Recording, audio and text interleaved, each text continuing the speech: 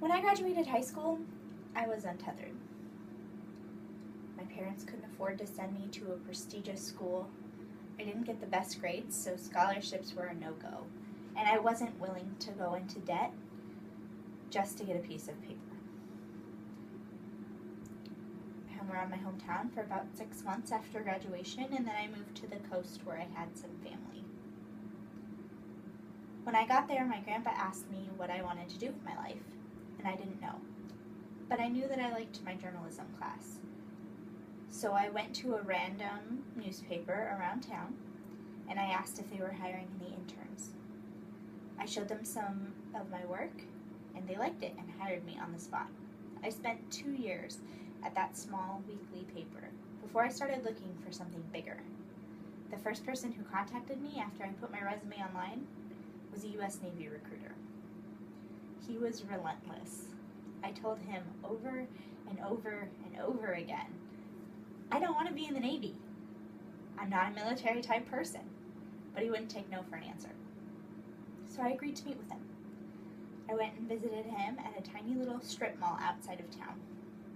I walked in my mini dress and wedge heels, and he promptly pointed me in the direction of the nail salon next door.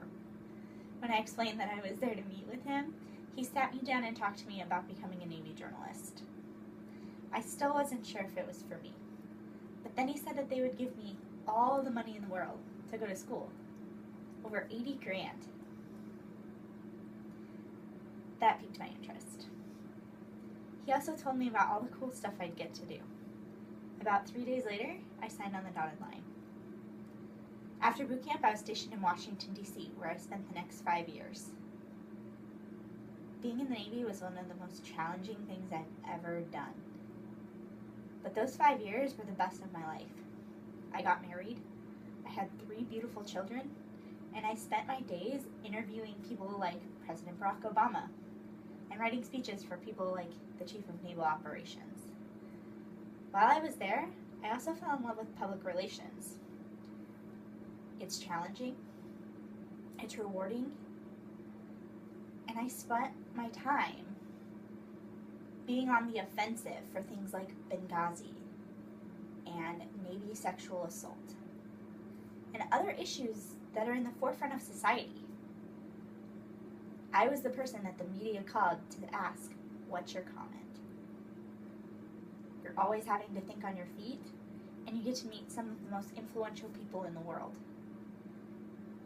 5 years into my enlistment, I decided that I was done. I was ready to be a mom, be home with my family. But I knew I wasn't ready to quit public affairs yet. So I enrolled at college, and I accepted a job with the DoD as a public affairs executive. I spent my days doing exactly what I did in uniform, but in much cuter clothes. And I still feel like I'm making a difference. Public relations is my biggest passion in life, but I wouldn't have discovered it if I hadn't made just one choice.